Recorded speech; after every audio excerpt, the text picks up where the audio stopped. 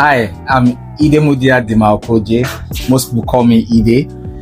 With me, we've got Shewan Adeshino, also known as Adesh.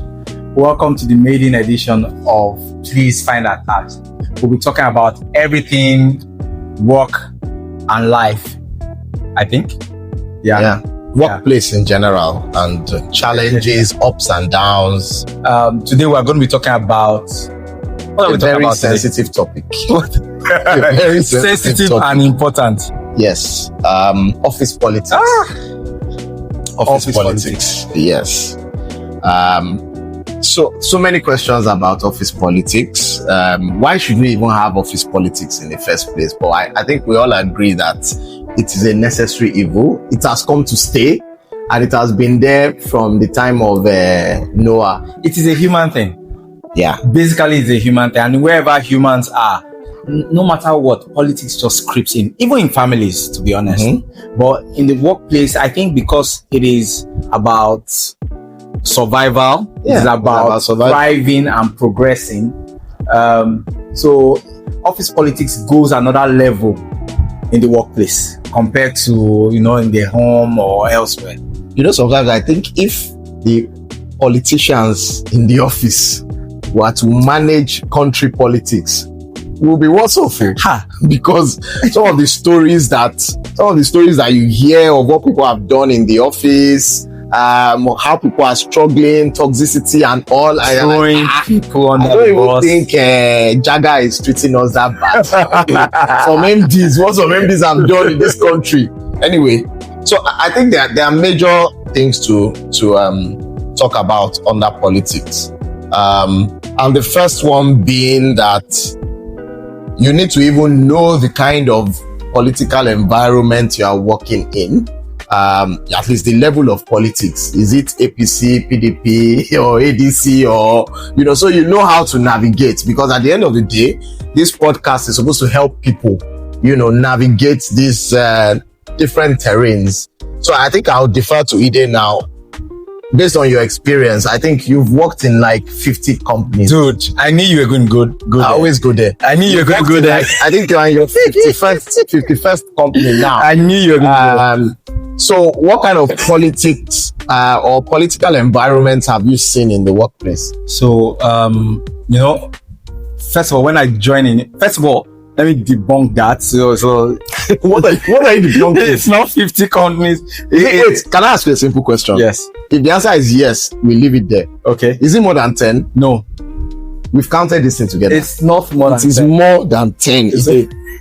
It's actually 9. I'll cast it here. I'm not even joking. I'll start reciting it. Yeah, like, how many alphabets do we have? You have one workplace for every for Amazon. Anyway, it's actually I think 9. It's about 8 or 9. So one of the things I do when I go into a new environment, a new workplace, a new organization, is I study the environment. You want to know the movers and the shakers. You want to know people who have alliances. You want to know the cliques. Because it's very important. Some people just come into a new environment and just start talking. So for some people, it might work for them. For me, yes, you want to build rapport in the beginning. Mm-hmm. But as I'm building rapport and trying to understand the terrain, I want to know who are the influential people, who are the people that don't have mouth, who are the good, the bad, the ugly. You understand? You want to know the cliques are very important. Quick question. Yeah? Do you think it's possible that you can actually be in an organization where all these things that you mentioned don't exist? I mean, just like, is it possible that there's just one good company that like is so small, like it's negligible that they won't have like everybody just comes, does their work and goes? I don't think it's possible. Let me tell you why. Sometimes I have cousins, I have nieces, nephews. Even when they are playing, you can tell that these two are closer than the others. You can tell that these two are ganging up against this one. Okay. And that's kids at play. Talk less of adults at work. Okay. I don't think it's possible. It's human. It's a human thing.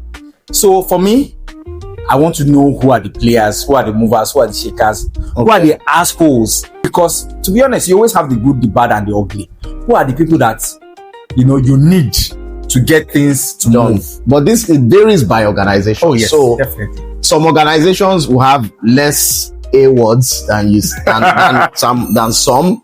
Some organizations, many people are good. Okay, so there's also this political work environment where everybody is in one clique against the MD. Have you seen that before? Oh, that one in a way isn't a smaller company? It's less pressure because all of you are on the same side against this bad man that is such a bad guy. In most cases, in that scenario, it's probably a one-man business. Oh yes, it's a small company. Yeah, but one-man business sometimes it grows quite. Yeah. There's some big one-man businesses. Exactly. So is that how do you manage the politics there? Because everybody is supposedly on the same side. I didn't really. Depending on the agenda, you can be on the same side. But there are some other things that might happen, initiatives, maybe trying to secure budget. Maybe you want your team to have a preference with the boss. Yeah, in that scenario, you're not on the same side. But it depends on the scenario, what's at stake. That's how the lines are drawn as far as I'm concerned. They're not always on the same side. In fact, sometimes you might have friends, like when I was at UPS, as an example. So we had marketing, we had sales, we had finance, we had HR, we had operations, we had different functions. In a lot of cases, I was head of marketing, my friend was head of sales. Okay. We're friends. Your friend, that's already a clique. It's already a clique. Okay. You understand? He is head of sales. I remember you didn't like one particular guy now. You understand? There was one guy. So in most cases, we were brothers, we're together. But as part of my role in that organization, marketing had the role of revenue management, which was more like auditing what the sales guys were doing. Yeah. In those scenarios, when I had my revenue management hat on, we were not friends, oh. We were not. You and your guy. Me and my guy. We're not friends. They'll come. Oh, we sold so tens of millions of naira. Hey. And I'm like, calm down. You're selling, but for every sale, you're losing the company X amount of money. So a lot of the sales people at that point in time, when we first got in, they wanted to kill you. They were selling at a loss, as far as I was concerned. But the salespeople, they were like, oh, we sold. But you're not doing the numbers right. And they were not documenting properly. So there were scenarios where, to be honest, it was like police and thief. we were not friends. And there were scenarios where, just like you give an example, that all of you against the MD, we're going to a meeting, we had MD, we had one or two people from region. And in that meeting, I needed to be the bad guy. Okay. To show that I'm doing my work in terms against them. So in that meeting, but before the meeting, I will go and tell them that, oh, this is how it's going to play out. So this story that you are saying, I'm not even going to mention where I worked. There was this place where I worked, and this is where, I don't know if it's nepotism, but if you've known someone before you worked somewhere, there's nothing you can do about it. You guys are like family. So I worked somewhere. One of the guys was like an egbon. When I mean egbon, I mean like egbon when I was so. And he was always the hottest on Monday morning meeting. Like when he asked questions, people would be afraid. So the guy, I have one nickname. The guy would just see me that, hey, you this boy. When he will see me, let's say my nickname was Starboy. Which Starboy? Because he will say Starboy. I hope your presentation is in order. And he will tell me that because this morning I'm going to be mad. He will tell me that I'm going to be crazy. So someone was there. Once I just say, hey, what am I going to do? One day he was really going to be crazy. He just called me. He said, you better go to Sterling Bank. I'm like, you didn't need to say more than that, but I got the message. So in that's our environment. He was seen as, this guy is stressful. This guy is a bad guy. This guy is a bad guy. But somehow everybody found out our history that he had. Oh, he found out. So people will be like, when they are talking about him, Yeah, they this are like, snitch now. Yeah, I wasn't a this snitch. No, but you think that is yeah. So they're like, this guy, in their mind, they want to say this guy is a mad bastard. You say, this man used to stress us. So that kind of environment now, I have to now learn how to say, okay, my fellow sales guys, I'm your guy. You have to do when they are talking about extra work to even do that. When they are talking about it, I'll be adding that. It's true, the guy, they craze gone, you know. But to even move away from all this, identifying the environment, one of the things that happened there that I also need us to talk about is, they talk about candor. I think I went to one office. I saw one of their, what's that thing that they do in offices that they'll say their mission, vision, value systems. Not it's like value that they'll say integrity, something. Values. One of their values was candor. Speaking truth to power. Personally, I've done it and I was sacked. I wasn't sacked immediately. I was sacked. They say, now wow, so you know everything I'm here. How do you know when wisdom is profitable to direct?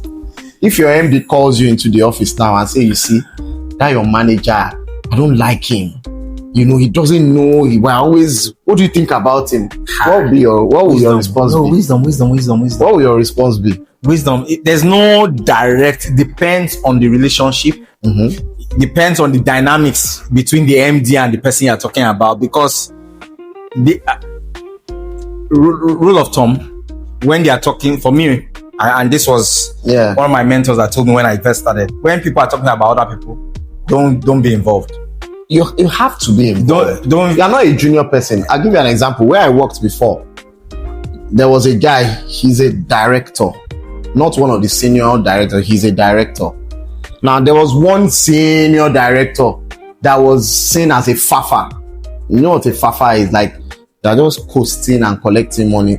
Then Global starts to say, what's this man doing? This man is just faffing now. They now asked my guy that is just starting his own directorship that this guy, he's faffing. He doesn't even know how to use this. He said, no, he's a solid guy. Defend the person now. Thank you. So defend the person. I'm saying, you can't not say anything. No, you defend. No. In that scenario, so in one of my former companies, we had a scenario where a lot of people didn't like the MD or the country head. I told him multinational, obviously, and they more or less, you always have this compliance where you report someone. You know, I don't know how it started, to be honest. But one day from the blue, I got a call from regional HR. Actually, an email, confidential. Scheduled it. I didn't know what it was about, to be honest. And when I got on the call, they now started talking about, our value system is the MD aligned to our value system. MD that is your Oga. You understand? And I was like, what's going on here? What's going on? What's going on? But I defended him full chest. At what cost? What if they were right and the MD was leading the company astray? So you have supported in that scenario, no. In that scenario, there were a lot of people that understood what the MD was trying to do. The MD was trying to change culture. I've been in scenarios where you've tried to transform the organization. It's not always an easy pill to swallow. So the people that were grumbling at that point in time are people that had been there 20 years. Who is this one? You understand? They had ways of doing things that were not necessarily. I think I know what you are talking about. They were not necessarily the right things that were happening, and the MD wanted to change them. But now they will fight him. They can even get him removed. They were very vindictive in that I was on 2 of those HR calls.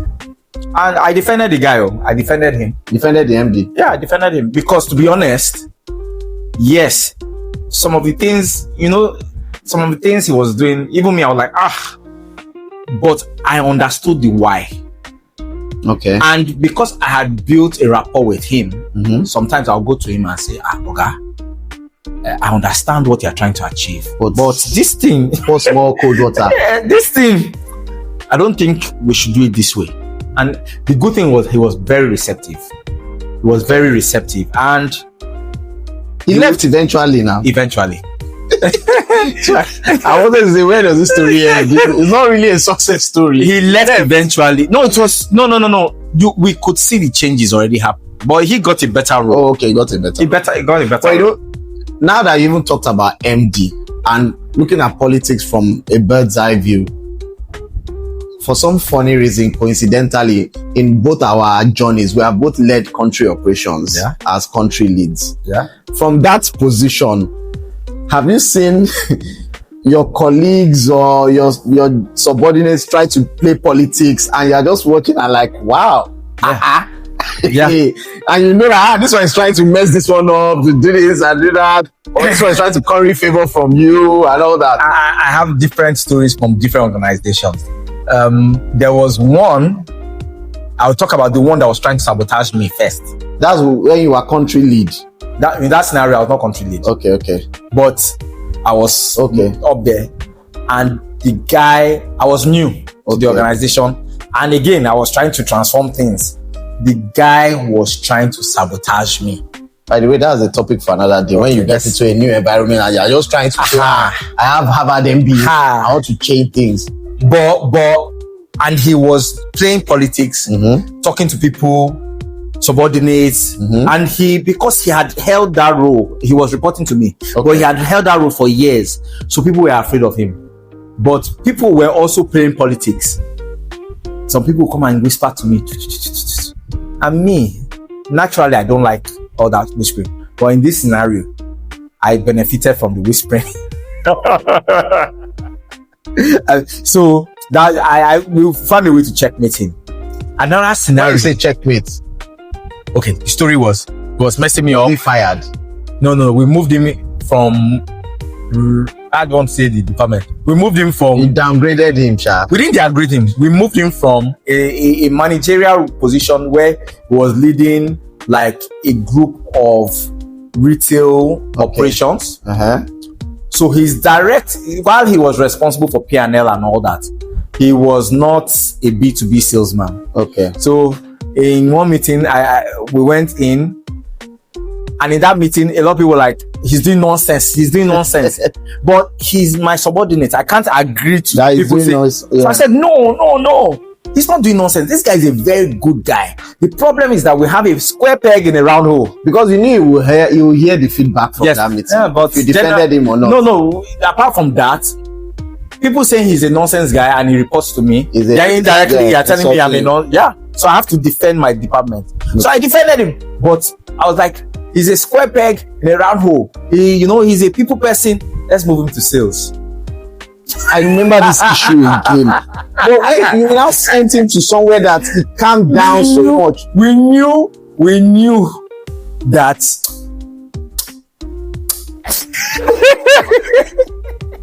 we knew he would struggle. And he won't have time for nonsense. He won't have time for nonsense. So how we neutralized him was that we got him busy in sales, where he had to go out, face the customer, and bring in sales. Yeah, so all these politics that we are even talking about now, it's we've said a lot, enough examples and all. Is there a cure? Or in all your stories now, you found a way to come out on top.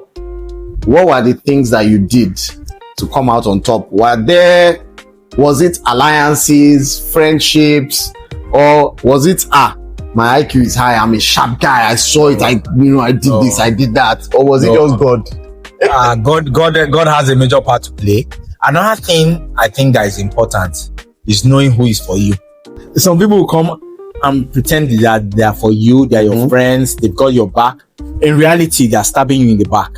In reality, they don't have your interest.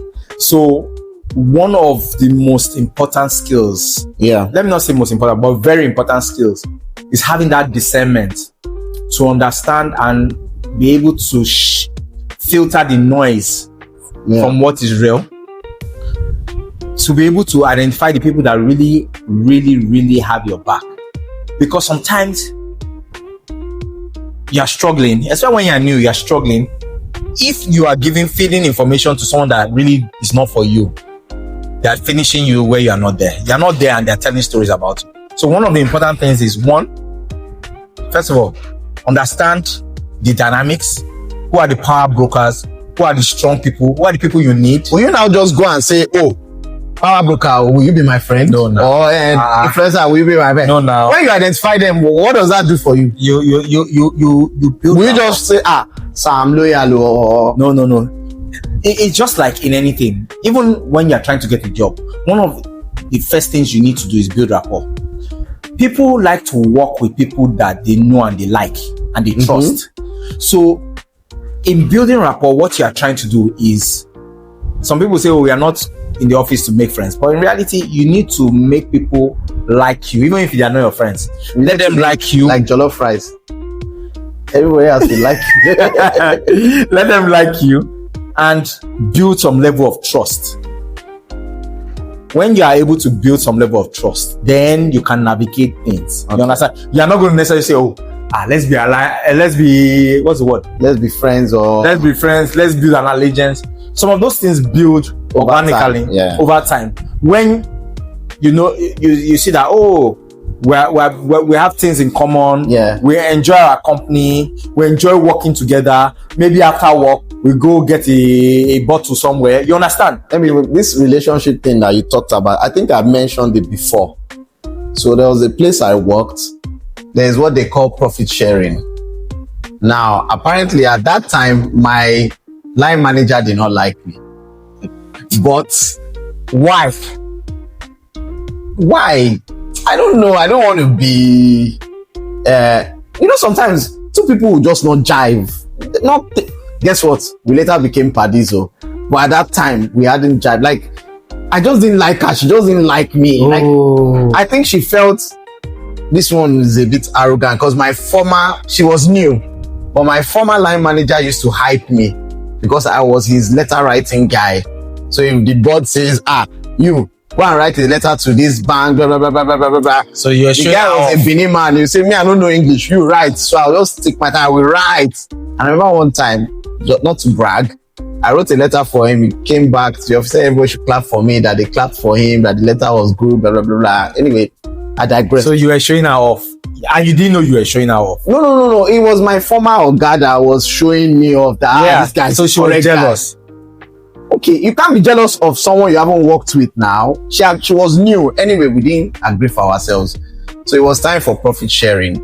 Now, most of the other managers are guys. There was a place outside the office in the evening that we used to drink. You drink. There's one other place you go and play football. In fact, the guys in the office had a WhatsApp group. Now, there was a particular manager that I used to go home with every day. Male or female? Male. Okay. But we'll pick his wife up at Skybank, I became like part of their family. We'll gist. So they now got to where they talk about different people. So what it is they'll call your name. All the managers that have interacted with you say, he's a good guy, he's a bad guy, he's a good guy, he's a bad guy. Forum. That's how my manager got there and said, he's a bad guy. This guy that I follow home said, lie, I know him. He's a correct guy. Fuck for me, Like, I was hearing the gist. The Bible says, be still. What's the Bible? Be still. God will fight for you. Something like that. Guy said, the guy died there. Said, no. Another manager said, I don't believe that's accurate because we've done this together and he did this. All the men, they started. That's what saved me. So it now made her more surprised. Who is this guy? There are some people in organizations, they don't have any skill, but relationship building, networking, making people feel happy is their talent. It's so important. And it carries them up. It's so important. To be honest, that skill is probably more important than any skill. I told you what one MD told me one time. I had one place I worked, one of the black sites, like you mentioned. We didn't get along. But when I was resigning, he told me something that has stayed with me for the longest time. He said, Sheung, skills and talents will only get you so far. You need to know how to play the game, the politics game. At the time, I was like, what's this one saying? Like, maybe it's because it's a one-man company that you'll be saying this kind of rubbish. But I now realize that even in the so-called big multinationals, dude, you need to know the game. Dude. So because times, what do you say are your top 3 skills you to need manage politics? To manage office politics, what do you need to do? What are those top 3 things? Number 1 that has worked for me: be a fine boy. People will just like you. You know, I don't know. So if someone is not naturally a fine boy, or problem TNL, problem TNL. But okay, so seriously, when you are new in an environment, be polite, be likable. Some people will offer information. You know, one thing that's number 1. Number 2, don't be biased. Do not be biased. So I don't work when I get into an organization. When everybody tells me this girl is mad, okay, I can hold it in my hand, but let me meet her first. Yeah. That person that is mad may still be mad, but be your friend as a mad person. Yeah. And it has happened to me before. Me too. I had a colleague, they said she's mad, blah, blah, blah, blah. She became my paddy. In fact, I used to pay her to do my work for me. Because the day she said it, I thought she was joking. And I paid her and she did my work. You have to pay her? Yes, so. Because there was this software, nobody liked using it. And guess what? She was mad, but she was talented. So she was mad talented. She knew how to use the software. So I was like, please now help me do this. She said, you pay. I said, how much? Then she said 5K. I said, okay, I'll pay. She started doing it for me. But guess what? Why she now liked me was that she said, while I was paying her and she was doing it, I was watching. Yeah, watching and learning. So after like 3 or 4 payments, I told her, go and sit down, beg. I know how to use it now. So that's the second thing. Don't be biased. And then the 4th thing, build relationships. I think you said it. Build relationships. Like, your boss doesn't necessarily have to be the best person, but you can't fight your boss in a political environment. Unless that your boss is so bad, in which case that's a different conversation. You have to leave the organization. But, build relationships, especially with your boss. Try not to be biased and be a likable person. I think those are my 3. I think I'm aligned. I think the only thing I would add is listen and watch. Sorry, I forgot one. But at least know how to do your job well. Maybe at least know your job, so that even when your guy is interceding for you, they will say, yes, because there are some people, they are talented, but they are not vocal about their work. Yeah. So that also helps. So I was just going to say, I had already talked about building relationships. I think you need to learn to observe what is going on, because most communication is non-verbal. Most communication is non-verbal. If you are observing body cues, and body cues is not limited to physical body, it can be emails, the things that are said and the things that are implied in between the lines. You need to learn that skill very fast, because it tells you what's going on. Sometimes things are happening, you might not notice, but in your mind you're like, and this happened not too long ago. There was an email that came out like, why is this email? I was new. Why is this email? Then when I asked one person that had built rapport, that's when they gave me the gist. That in meetings they're like, hey, smiling, smiling, but behind Jesus,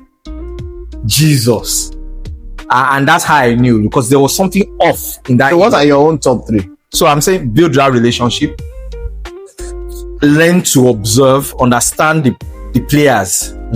Then I would say the 3rd one, I think I am aligned with you, and I think in summary, or closing, wrapping up, I don't think politics is not toxicity. Let's separate it. So a lot of people think politics is toxic. No, it's not. Toxic is politics, but not all politics is toxic. Yeah, I think that's the summary of today. Fundamentally, just learn how to navigate human beings, because at the end of the day, we're all humans. I don't want to use intelligence, because there are a lot of people that are intelligent, but they don't have emotional intelligence. Emotional and social. Yeah. So just navigate human beings, communicate properly, understand how to engage, and fundamentally, I think the word be likable. Be likable. I said use just that. about it now. Be likable. You know, I have the natural good look, so people like me. That's why I started, and it was like, why are you talking like this now? But anyway, be likable. And if you don't have the natural good looks, use your other assets to be likable. Fantastic. I think that's a good way to stop.